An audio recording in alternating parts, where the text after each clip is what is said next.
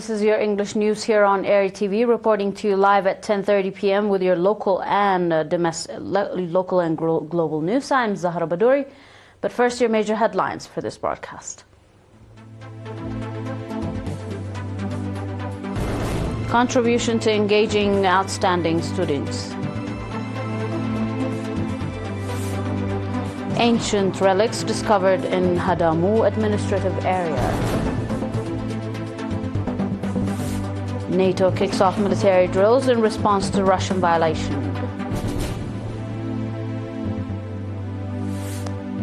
Venezuela accuses U.S. destroyer of illegally intercepting Venezuelan fishing vessel, and more on your international.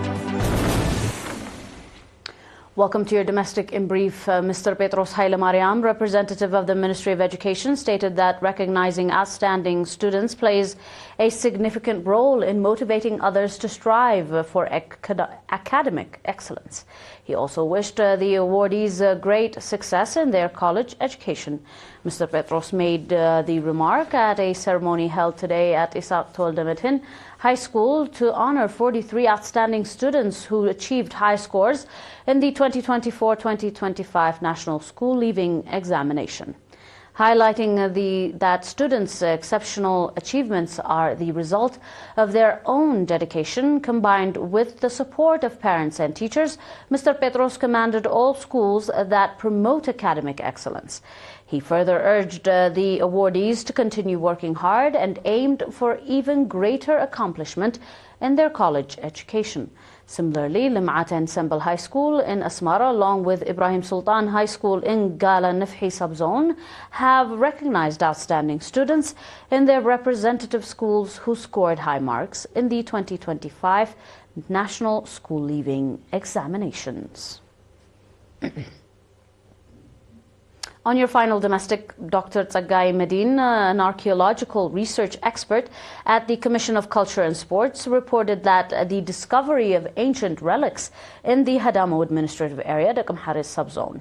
The finding included artifacts, pottery, pots, ornaments, and ceramics, as well as human remains. Pointing out that the Kamharis subzone is rich in archaeological heritage, Dr. Tsaggai urged all individuals involving in a development activities in the area to report any discoveries of ancient relics to relevant authorities. Mr. Kidane Sahiye, head of the Commission of Culture and Sports in the subzone, commended the strong participation of the public in the process and called for consensus conscious engagement in preserving the region's ancient heritage. Hefty news on your global up next. Stay tuned for more.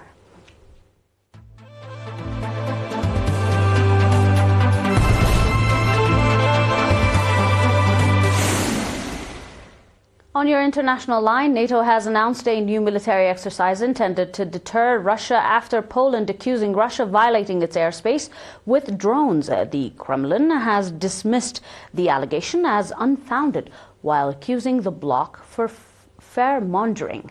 NATO Secretary General Mark Rutte claimed the drill, dubbed the Eastern Sentry, is aimed at blustering the bloc's posture along its eastern flank. The maneuvers will begin in the coming days and run for an undisclosed period, officials reported. However, Eastern Sentry is being presented as a response to ongoing airspace violations, including numerous Russian drones that violated Poland's airspace on September 10th, according to a NATO statement. It has been reported that this military drill will consist countries like Denmark, Germany, France, and Britain. The Russian Defense Ministry has said its drones operation are directed at Ukrainian military targets, and none were aimed at Poland. The ministry added that, in quotation, the maximum range of Russian drones that allegedly crossed the Polish border is less than 700 kilometers, unquote. Adding it was ready to conduct consultations with Warsaw. Peskov also insisted that Moscow has never threatened anyone, including European countries. It was not Russia that moved its military infrastructure towards Europe but Europe, which is a part of NATO, an instrument of confrontation and not peace and stability that has always been moving it towards their borders, unquote. Russian MiG-31 fighter jet occupied with hypersonic ballistic missiles completed a 4-hour flight over the territorial water of the Barents Sea as part of the ongoing Zapad 2025 military exercise, the Interfax news agency reported on Saturday, September 13th. Venezuela on Saturday accused a U.S. Navy destroyer of illegally intercepting a Venezuelan fishing vessel carrying out normal fishing operations in the Venezuelan exclusive economic zone on Friday. The Venezuelan government said the fishing vessel Kramen Rosa, crewed by 9 fishermen, was approached Friday about 48 nautical miles northeastern of LeBlanquilla Island by the USS Jason Dunham destroyer. In a statement posted on Telegram, Venezuelan Foreign Minister Yvonne Gil said the U.S. destroyer deployed 18 armed personnel to board and occupy the fishing vessel for 8 hours, during which it blocked the fishing vessel's communication and obstructed its normal operations. The statement called the U.S. military move, in quotation, a provocation through the illegal use of military means aimed at justifying a war escalation in the Caribbean and pushing for regime change.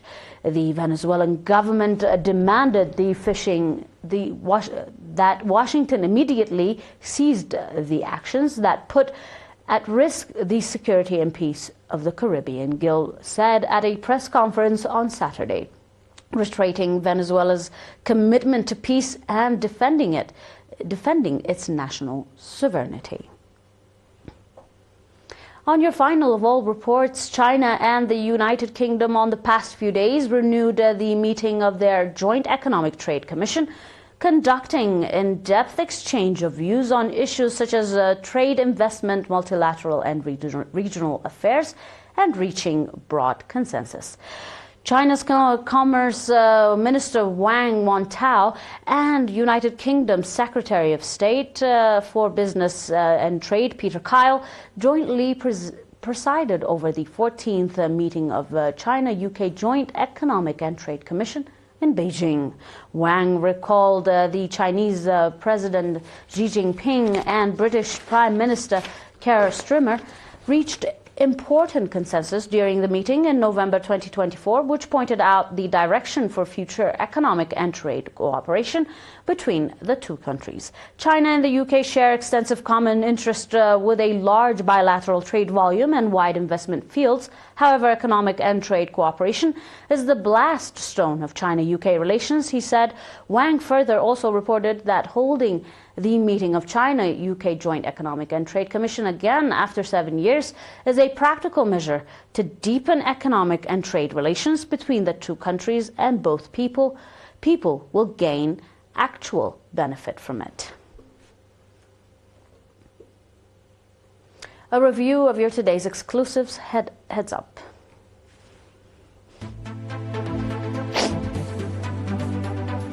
Contribution to encouraging outstanding students in the school reading examinations.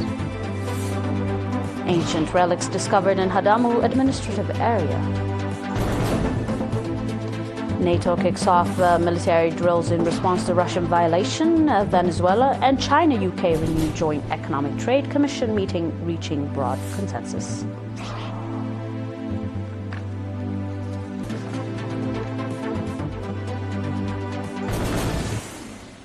From me and the broadcasting team here on ERi-TV, stay tuned for more news here on ERi-TV. Thanks for watching for now. Bye-bye.